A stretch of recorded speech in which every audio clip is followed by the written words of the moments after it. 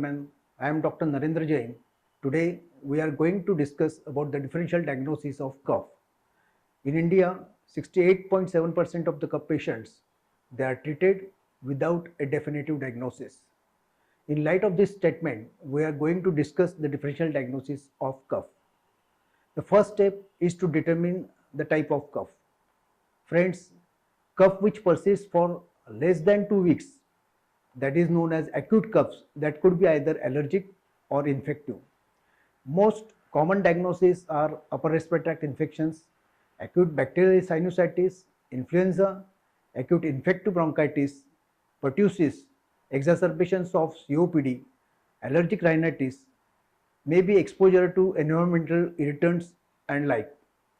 These coughs are usually treated with non-opioid peripherally acting antitussive agents like levotropamine. Friends, the second type is subacute cough, which is usually post-infectious, which doesn't last more than 8 weeks.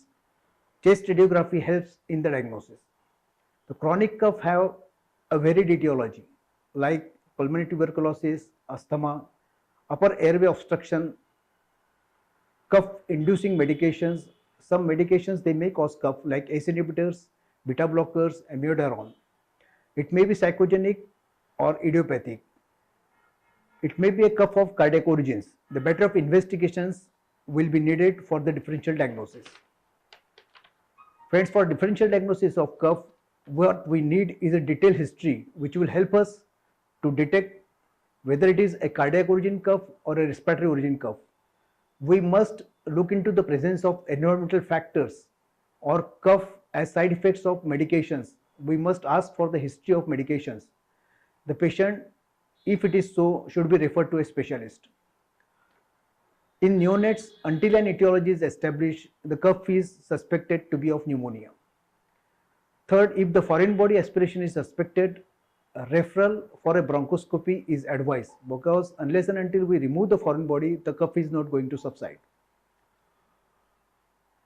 Friends, the American College of Chest Physicians, chest experts, they all advocate they get the microbiological and laboratory investigations like acid-fast bacilli smears, which is known for its TB origin.